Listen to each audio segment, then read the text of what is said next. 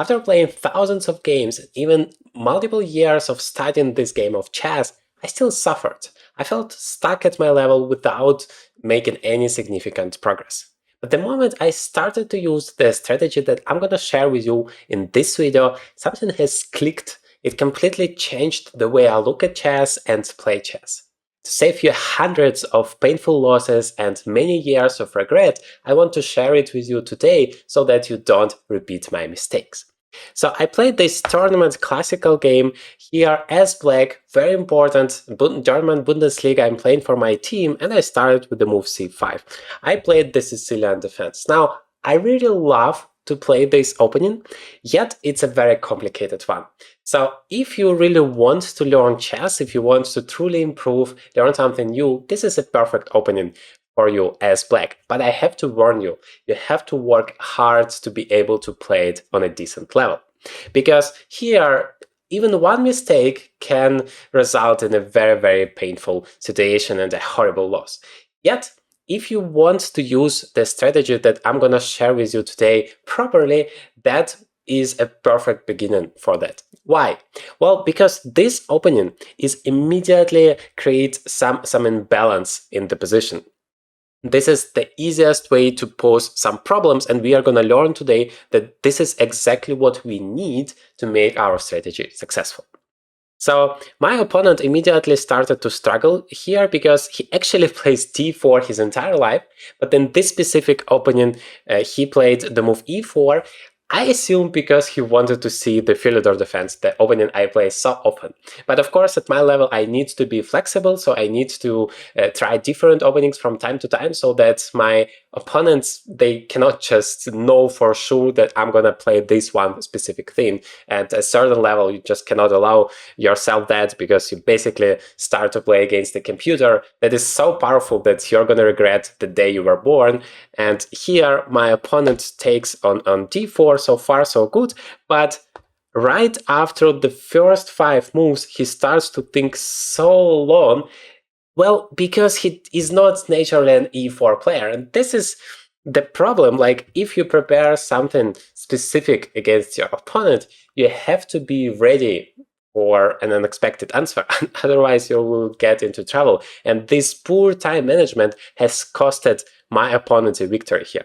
But let me share with you how I managed to outplay him using this strategy that you can start applying in your very next game.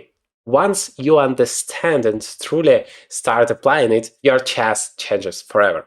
So he played here bishop g5, so far so good. I played the move e6, the main line. Again, the Sicilian defense is not an opening that where you want to mess it up. You rather want to know your stuff. I played the move a6, which is a very important one to cover this b5 square, because d6 pawn is my main weakness, and so I want to stop my opponent's knights, especially this knight on d4, from coming to there, and yeah, then I'm gonna get a lot of troubles. Long castles. This is a move that indicates that this game is not going to be calm, because obviously I'm not gonna castle queenside myself, my king won't be safe there at all, and if I castle short side, then we are gonna get opposite sides castles here, and that always leads to tremendously dangerous attacks. Basically, the question becomes, who is the one to create the first very dangerous threat? In most of the cases, that player wins the game. And little spoiler here, in this game I have never castled, so it made it even more spicy, but that is a perfect example to illustrate the strategy that I want you to apply in your games to get so much better results, to win so many more games. Alright, so I'm playing bishop d7, so far so good. So notice that this move a6 was necessary, otherwise now knight to b5 would come and there is no way I can save the d6 pawn. So the point here is to think always and always what kind of threats your opponent might have. So if you think about that, that focuses your attention so much more, and you understand easily what needs to be done. Of course, it's still not simple to find the right execution, but you already know in which direction to guide your attention.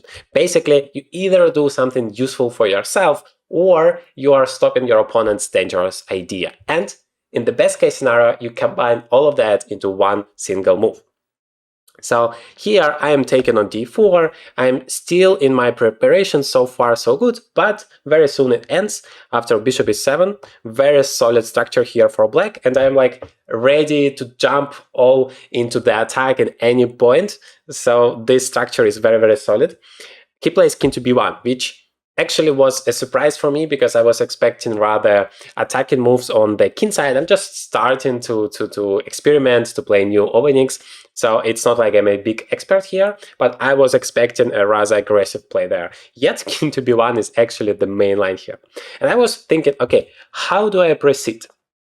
I don't really want to castle because that's gonna help my opponent, at least this early, to figure out how to attack. He knows for sure my king is there and he can go all in into attacking there. And he said after the game that that would make his life so much easier.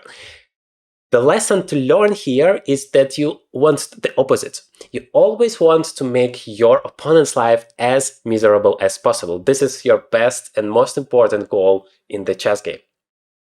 So I don't make the castles. Instead, I want to launch my own attack. I want to attack my opponent's king. Unfortunately, I haven't chosen the perfect move. It was the move queen to c7, just continue normally my queenside play. I was more optimistic and I played the move b5 immediately. And even though the engine is not a big fan of that, that still creates a lot of headache for my opponent, because I thought even b4 immediately, sacrificing that pawn to open up this b file, then coming with my rook to the b file, doesn't seem to be that easy for white to deal with.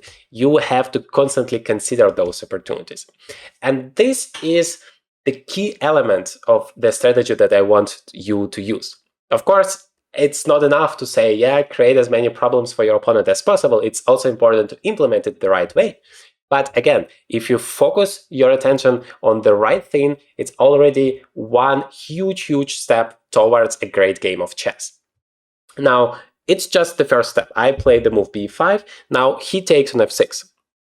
To my big surprise here, the engine actually says bishop takes f6 was a good response, sacrificing that pawn, but then saying I have two bishops, I can even go to the endgame with queen to e7.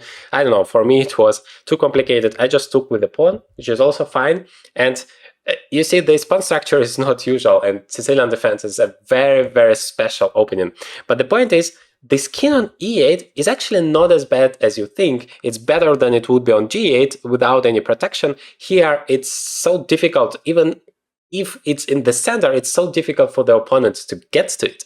So remember, please, that we normally castle in chess to make our king safer. This is the key idea behind the castling.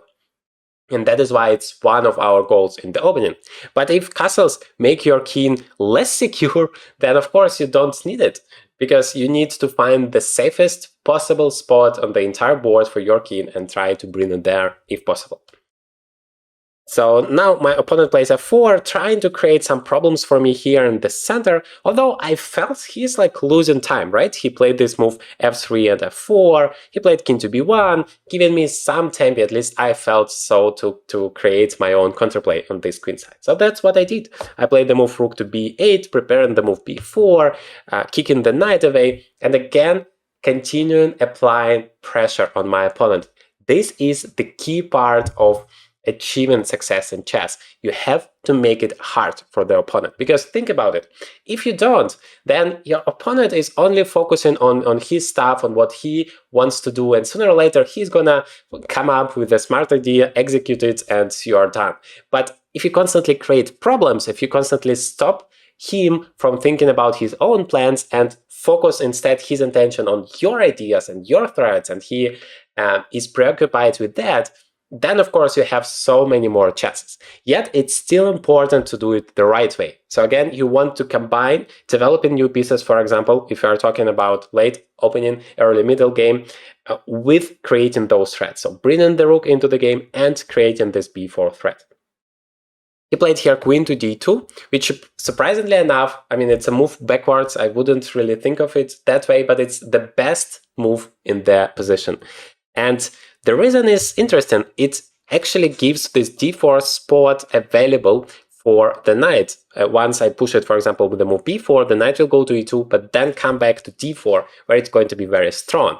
And somehow this idea stopped me from playing b4 immediately, and I made my first mistake in this game. As I said, I'm not perfect, but I tried to create pressure against my opponent, trying to combine it with a useful move for myself. Because I thought with the move bishop to c6, I kind of improved my bishop's position. I step into this long diagonal where the bishop is very strong. It's attacking this e4 pawn. And now I create that threat of playing b4, basically forcing my opponent to play bishop to d3. The engine completely disagrees with me, which is fine, of course. I'm not a superhuman. But the reason behind that, as far as I understand it, is that the bishop on d7 was a very important defender, and my opponent, he already played f4, he's about to play f5, and then my bishop on d7 would help to save me from all of the problems. The bishop on c6 is not really doing that, and in terms of the attack, it's also not like super active. I wanted to play d5 and to make it that way, but it wasn't. It was too optimistic from my side. Yet, the most important lesson, of course, you're not gonna make all of the perfect moves, but still you go forward, you try to create threats, you are fighting to be in the driver's seat. This is your mission in chess. All right, so I played b4, and my idea behind starting with the move bishop to c6 and not with the move b4 was to play now the move queen to b6 and stopping my opponent from placing the knight on d4. I thought this knight on d4 would be just horrendous. It would create so many problems for me. So now I stop it. It's basically not possible, and I thought I'm good to go. I'm ready to continue my plan here. Yet my opponent could have played here f5, and that would start this dangerous attack. And yeah, it's actually more dangerous than I thought it is. And that's what he should have done. Again, creating threats for the opponent, in this case against me. He should have put more pressure so that he stops me from my counterplay on the queen side. So it's such an important lesson to learn here. Instead, he plays the move knight to g3. You might be wondering, what is this magic board I use in my videos? It's called Chess.Evo, and I enjoy it so much. I have it for a year now. It completely transformed the way I play chess and I train chess, because I can play both on Chess and chess.com online, but on a real board. It's a completely different experience, and I enjoy it a lot. I haven't had any major issues, and that's my favorite product from Chess.net, because I have everything in one place. I have my books here, I have my studies here, I have my games, but they have so many different products according to your needs and your budget. The best part is, of course, you can use the link in the description as well as the promo code Journey to Grandmaster to get a big discount on all Chess.net products. Now, back to video. This move is also seemingly active, but somehow he makes so many moves with the same knight, and in fact he makes another one because I stop him from playing knight to h5. That was his idea, but I kind of improve my position. I control more space on the king side. I don't want to castle anyway, so I'm not afraid of somehow weakening this part of the board, but it's important for me to stop my opponent. And now he plays queen to e2, attacking the pawn on h5 again. I am playing the move h4, attacking that knight, and surprisingly for me, he just goes back to f1 with the knight. I was only expecting knight h5 because I thought, well, he wants to go forward, create those threats, apply pressure on my position. Instead, he plays knight to f1 back, the move I haven't even considered. What is even more surprisingly, at least to me, that the engine says both knight h5 and knight f1 are possible. He has a concrete idea, of course, to bring it to e3, but I still felt like it's so slow. You give me the time to do what I want to do, which is making this counter play on the queen side. Like, I have to do it. I should not distract myself with any unnecessary moves. In fact, that move to bishop to c6, that was a mistake exactly for the same reason. It didn't really help in my defense, it didn't really help in my attack because my opponent still wanted to develop his pieces. And so I just wasted the tempo, basically, instead of making moves on the queen side where I want to attack. So in the middle game, I want you to either make very, very useful moves to achieve your strategic plan. Like in this case, of course, my strategic plan is clear. I want to give a checkmate. And spoiler, I'm going to be successful with it. But basically, to figure out your strategic idea, you have to combine the strengths of your position and the weaknesses of your opponent's position. In this case, of course, this king is a weakness because I don't have my king over here and I have my pieces, heavy pieces there to launch an attack, to push forward. And then I understand that's the plan and I'm looking for the best way to execute it. In this case, that's bringing those pawns to open up some files here to create some threads by bringing my pawn all the way to a3. And so that's what I'm focusing on. Finally, here my opponent plays f5, but it's unfortunately a little bit late because it's not that dangerous anymore, as I have mobilized all of my resources and I'm already pretty advanced with my plan here. Remember, it's all about who is the one to create the first extremely dangerous threat. And in this game, I was lucky to be the one. So my opponent plays knight to e3. I continue with my idea, I play a4. Now, typically you have two ideas with this plan. You can either play b3, trying to open it up, but the danger there can be that he takes once with the c-pawn, you take it back, and then he plays a3. And somehow he locks it. He can even bring his rook to c1, and then you don't really achieve anything. And the second idea is to play a3. That's what I did. He played rook h to e1, bringing his last piece to the game. I mean, it feels very natural. He's like very active, all pieces in the center, but it's not enough. It's about creating those threats, especially in such a sharp position, especially in the Sicilian defense. So I'm already playing a3, and the idea is simple. I want to bring my queen to attack the b2 pawn, and that would be a checkmate threat. You cannot ignore such a huge threat. For example, here, queen to d4 might be very, very dangerous. So my opponent takes here, and I take it back. By the way, this is the real mistake that white makes, which seems counterintuitive because, well, you are trying to attack, he plays queen to g4, creating those threats, but because he wasted so much time beforehand, now he's just not in time with those super dangerous threats. But only if I find the right move. Unfortunately, I made a mistake here, probably the biggest mistake in this game. I have made only a couple of them, but still. My pawn is on e6 is hanging. If you are thinking about queen e5, like defending that pawn and creating checkmate threat in one at the same time, that would normally be a perfect solution. Remember, combining as many useful ideas in one move as possible. Well, the problem is you can never make a move without thinking what your opponent can do in response, and especially in such a sharp position.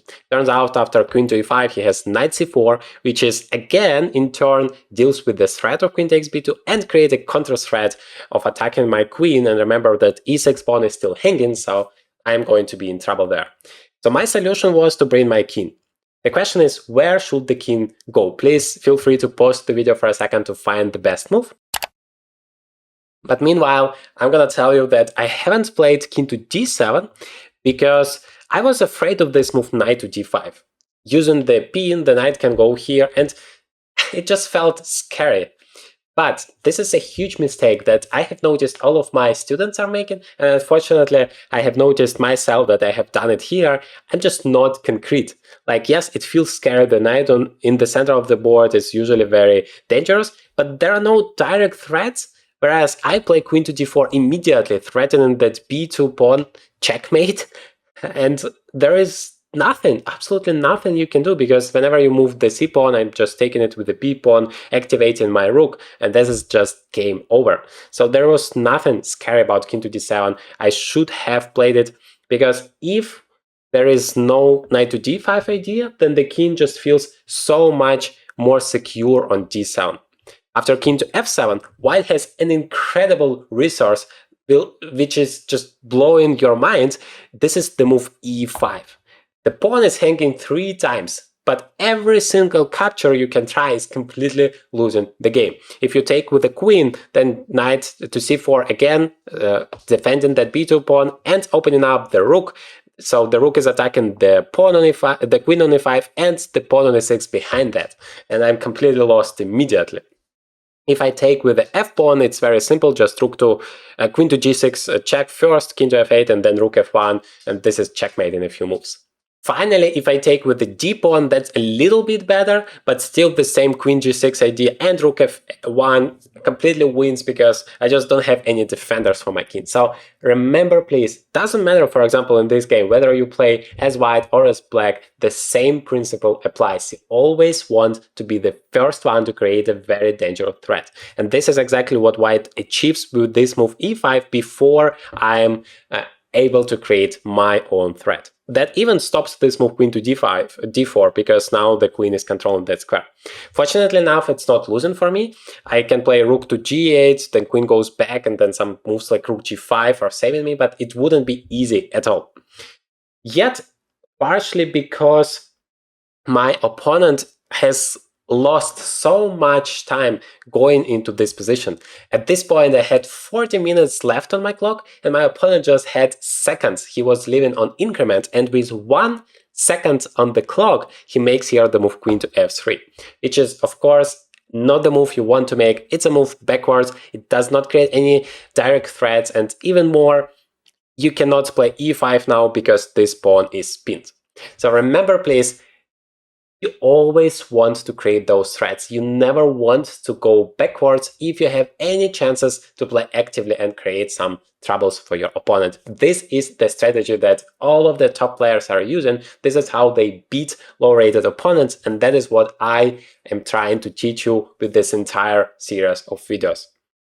So I play here rook b to c8. I have thought for a long time, how do I improve my position? Because direct moves don't seem to win. So I thought, well, this rook on b8 is not doing anything great. Yes, of course, if he ever takes on h3, then I take back and my rook is beautiful. But he's not that stupid to allow me that. Otherwise, the rook is just not useful. What was completely surprising for me, that the best move was actually rook b to g8, which is very counterintuitive. I want to attack here, I want to give a checkmate. Even though the queen is no longer there, rook to g8 still was the best move. But okay, again, I'm not a superhuman, yet I'm making a very logical decision. I improve my rook here and prepare some new threats. Also, this key c4 square, because he wants to play knight c4 to stop the checkmate. I thought that my rook would be very helpful, and that was absolutely true. After bishop to f1, remember, my opponent leaves on 30 seconds increment, which is very, very tough in such a position. That is why you never want to leave yourself with such a little amount of time. Yeah, of course it's tough, right? Because you have to take those decisions, you have to think about your opponent's threats, about your strategic ideas, yet you should be reasonable, and whenever you have a very reasonable move, you improve your position, you go for it, you create a threat, you stop your opponent's idea, then please go for it without wasting too much time. Of course, once you have thought at least a little bit what your opponent can do in response. That is like the golden rule. You can never ever neglect it. Here, I made not the best decision according to the engine. In fact, it calls it in inaccuracy. But I have created a threat, I have applied pressure on my opponent, and basically this move wins me the game. So this is the core concept of the strategy. Of course, in the best case scenario, you always try to make the best moves, but we all know it's not always possible. But if you apply that pressure, if you constantly create those threats, then you make it so much more difficult for your opponent. First, there is a much higher chance that he's gonna make some mistakes, and second, he cannot think about his own ideas, he has to deal with your threats here. And my opponent played b3, which is a final blunder. Now I'm just giving a checkmate. But he was hoping for the move queen to c3, which is the most obvious, right? You just come, you create a checkmate threat. And even though it's still better for me, but after knight c4, he achieves the main thing. He exchanges the queens. Yes, I can grab this knight here with my rook, but still he takes the queen, and after the queen's exchange, he takes my bishop, and I'm a little bit better, but there is no checkmate, and you can normally play this position further. Unfortunately for my opponent, I was more tricky, and I have thought, of course, before making my move, what my opponent can do in response, and therefore I played the move queen to e5, which has the same idea in mind, queen to b2, but it acknowledges that desirable move for white, knight to c4. In that case, I will just take it with the rook, and he cannot take back because the checkmate is still coming. My opponent played c3 as the last chance. Again, after queen takes c3, he has this knight to c4 move, but now I can just take with the rook, which prepares a very nasty threat. After knight to g4, which seems to be smart, like you attack the queen with a check, so if I take his queen, he's gonna take my queen and then my rook, and then have spoiled all of my advantage. But of course, there is a checkmate into here, because you always and always start with checks, captures, and threats, and there is a very good reason for that, because sometimes it's gonna win you the games, and you're gonna miss so many nice opportunities if you don't follow this system. Rook c1, I sacrifice the rook, and now it doesn't matter whether you take it with the king or the rook. Anyway, I'm gonna play queen to b2, checkmate. If you want to learn even more about my method and achieve your chess goals so much faster, then please learn more about Elo Accelerator Academy, where you get live lessons with me every single week for an absolutely impossible price. This is the cheapest price it's ever gonna be, so please, if you want to join, do it soon. And you get a free 3-hour calculation camp with me as a bonus, because I truly make my best to help you improve your chess in the academy. Here's the link, don't miss your chance, and I'm gonna analyze your games and give my personalized feedback to you.